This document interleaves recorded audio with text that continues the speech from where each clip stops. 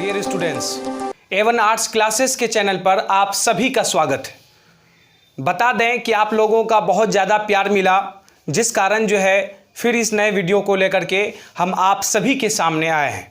ठीक उसी प्रकार आपको बतला दें कि पिछले वाले वीडियो में आपने मनोविज्ञान से संबंधित, इतिहास से संबंधित और भूगोल से संबंधित कुछ प्रश्नों को देखा था। ठीक उसी प्रकार आज का जो हमारा टॉपिक होगा वो समाज शास्त्र को लेकर के होगा और क्लास 11th का ये टॉपिक रहेगा। तो आइए जानते हैं कि समाज शास्त्र किसे कहा जाता है। देखिए, सामान्य शब्द में अगर यह कहा जाए कि समाज और शास्त्र दोनों एक दूसरे से जो है ज्वाइंट रहा करता है, ठीक उसी प्रकार समाज की सभी प्रकार की क्रियाओं को मुख्य रूप से इसके अंतर्गत जो है शामिल किया जाता है, जैसे भाषा एवं धर्म। ठीक है, उसी प्रकार समानता एवं असमानता। ठीक है, अब देखिए कि इन सभी प्रकार की क्रियाओं जैसे महिलाओं का विकास मुख्य रूप से इन सभी को जो है हम समाज शास्त्र के अंतर्गत जानने की क्रिया करते हैं। लेकिन उससे पहले आपको हम यह बतला दें कि समाज शास्त्र एक ऐसे शास्त्र को कहा जाता है जिसके अंतर्गत समाज में होने वाली सभी प्रकार की प्रक्रियाओं को मुख्य रूप से शामिल किया जाता है, जैसे दहेज प्रथा, सती प्रथा, नरबली प्रथा, भ्रूण हत्या जैसे अलग अलग धारणाओं के साथ साथ अन्य प्रकार की प्रक्रियाओं को जो है मुख्य रूप से शामिल किया जाता है। लेकिन ठीक उसी प्रकार तो आइए हम जानते हैं समाज शास्त्र के अस्तित्व के बारे में, उनकी प्रक्रियाओं के बारे में। तो आपको बतला दें कि समाज शास्त्र का जो जनक है, समाज शास्त्र का जनक जो माना जाता है वो किसे माना जाता है? ऑगस्ट कॉम्टे को।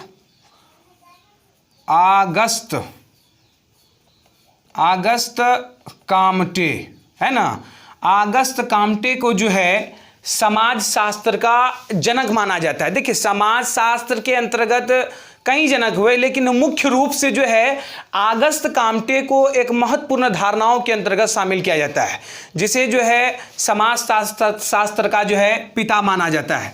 जैसा कि आपको बतला दें कि ऑगस्ट कॉम्टे को समाज शास्त्र का पिता माना जाता है और समाज शास्त्र के अंतर्गत समाज से जुड़ी सभी प्रकार के तथ्यों को मुख्य रूप से शामिल किया जाता है। जैसे आपको बतला दें कि सबसे ज़्यादा प्राचीन काल के इतिहास को मुख्य रूप से इसके अंतर्गत शामिल किया गया है।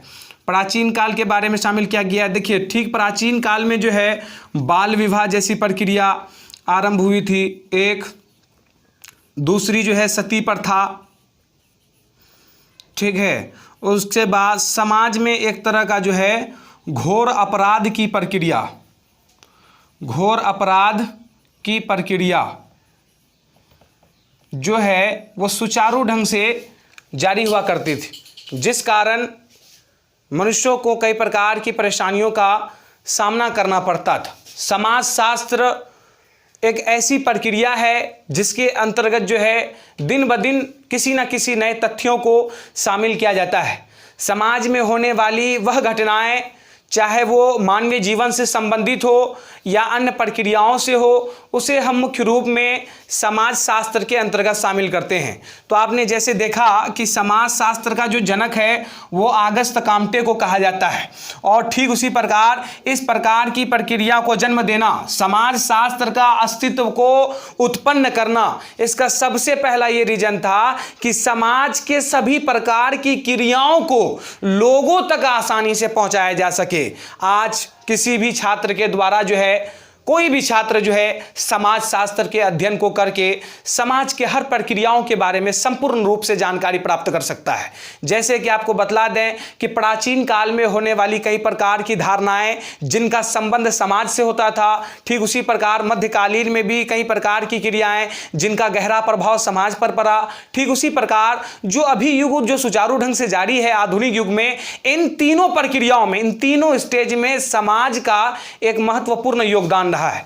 तो आइए जान लेते हैं कि समानता और असमानता जैसी प्रक्रिया जो है अक्सर समाज में स्थापित हुआ करती थी। जैसे प्राचीन काल में धारणाएं थी कि स्त्री को ज़्यादा महत्व नहीं दिया जाता था, बाल विवाह जैसी प्रक्रिया आरंभ हुआ करती थी, दहेज प्रथा जैसे घोर अपराध आरंभ हुआ करते थे, जिस कारण महिलाओं पर अत्याचार किया जाता था, तरह तरह के कार्यों को किया जाता था, जिससे समाज में फैली हुई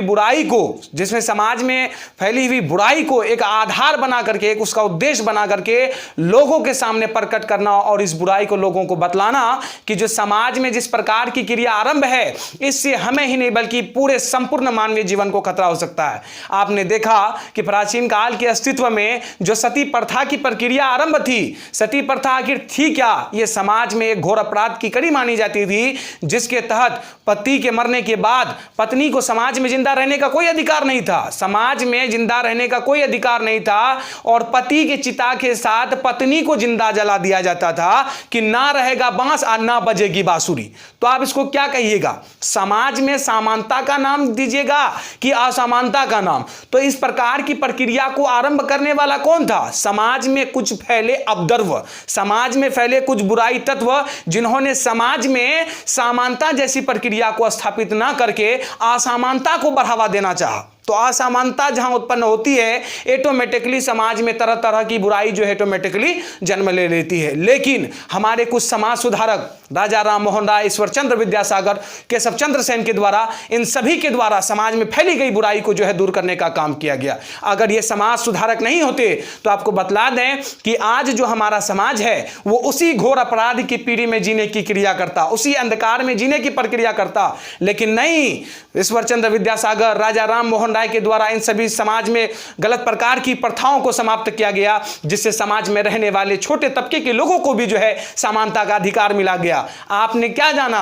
आपने राजनीतिक शास्त्र में हम लोगों ने भी अध्ययन किया था कि समानता और असमानता के बारे में। ये समाज में, भारत जैसे देश में लोकतांत्रिक व्यवस्था होने के साथ साथ यहां जो है सभी प्रकार की क्रिया स्थापित है, लेकिन कुछ समाज के अपद्रव्य हैं जो समाज में बुराई को फैलाने का काम करते हैं।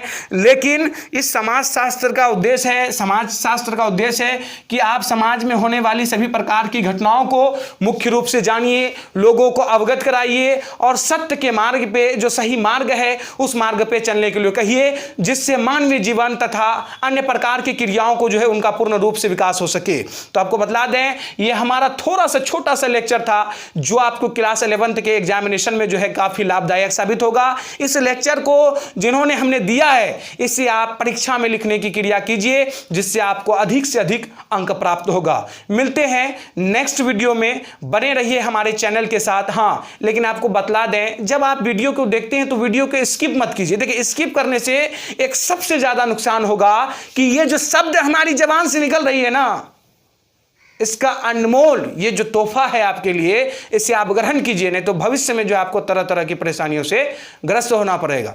तो मिलते हैं हम अगले वीडियो में, बने रहिए हमारे चैनल के साथ। लेकिन जाने से पहले आप हमारे चैनल को सब्सक्राइब कर दीजिए, बेल आइकन दबा दीजिए, लाइक कर दीजिए और अपने दोस्तों में इसे शेयर कर दीजिए, ताकि उन्हें भी इस वीडियो के बारे में संपूर्ण रूप से जानकारी मिले।